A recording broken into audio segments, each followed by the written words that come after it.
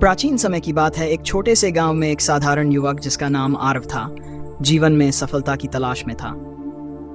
आरव एक सामान्य किसान परिवार से था, लेकिन उसके दिल में बड़ा सपना था। वह जीवन में कुछ असाधारण करना चाहता था। हालांकि उसे यह समझ नहीं आ रहा था कि सफलता का सही मार्ग क्या है। इसी उलझन में वह एक दिन एक प्रसिद्ध साधु संत तक्षक से मिलने गया, जो पहाड़ों की कंदराओं में ध्यानमग्न रहते थे। संत तक्षक को जीवन का सच्चा ज्ञान प्राप्त था और लोग उन्हें जीवन के मार्गदर्शन के लिए दूर दूर से मिलने आते थे।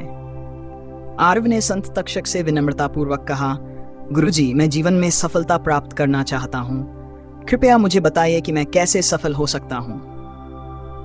संत तक्षक ने मुस्कुराते हुए आरव को अपने साथ चलने का संकेत दिया। दोनों ने पहाड़ के उस पार स्थित जंगल की ओर यात्रा शुरू की।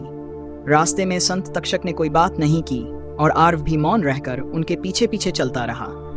कुछ समय बाद वे एक नदी के किनारे पहुंचे।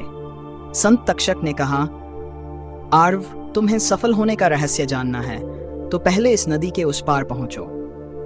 आरव को यह एक सरल कार्य लगा और वह नदी में उतर गया। जैसे ही वह बीच नदी में पहुंचा, अचानक तेज धारा आई और वह संतुलन खोने लगा। वह संघर्ष करता रहा, लेकिन धीरे धीरे उसकी ताकत जवाब देने लगी। संत तक्षक ने उसे बचाने के लिए आगे बढ़कर नदी से बाहर खींच लिया। आरव ने घबराते हुए कहा, गुरुजी, मैं मरने वाला था। आप मुझे बचाने की बजाय क्यों नहीं चेतावनी दी?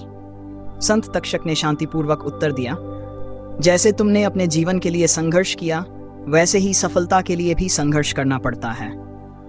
जिस प्रकार उस समय तुम्हारा पूरा ध्यान सिर्फ एक ही चीज पर था, जीवित रहने पर, वैसे ही यदि तुम्हारा ध्यान पूरी तरह से अपने लक्ष्य पर केंद्रित रहेगा तो तुम अवश्य सफल होगे। आरव को संत तक्षक की बात समझ में आई, लेकिन उसने फिर भी पूछा, लेकिन गुरुजी, सफलता का मतलब क्या सिर्फ ध्यान केंद्रित करना ही है? संत तक्षक मुस्कुराए और एक पेड़ की ओर इशारा करते हुए बोले, इस पेड़ को देखो, ये धीरे धीरे बढ़ता है। धूप और पानी की जरूरत होती है और समय के साथ फल देता है। सफलता भी इसी तरह है।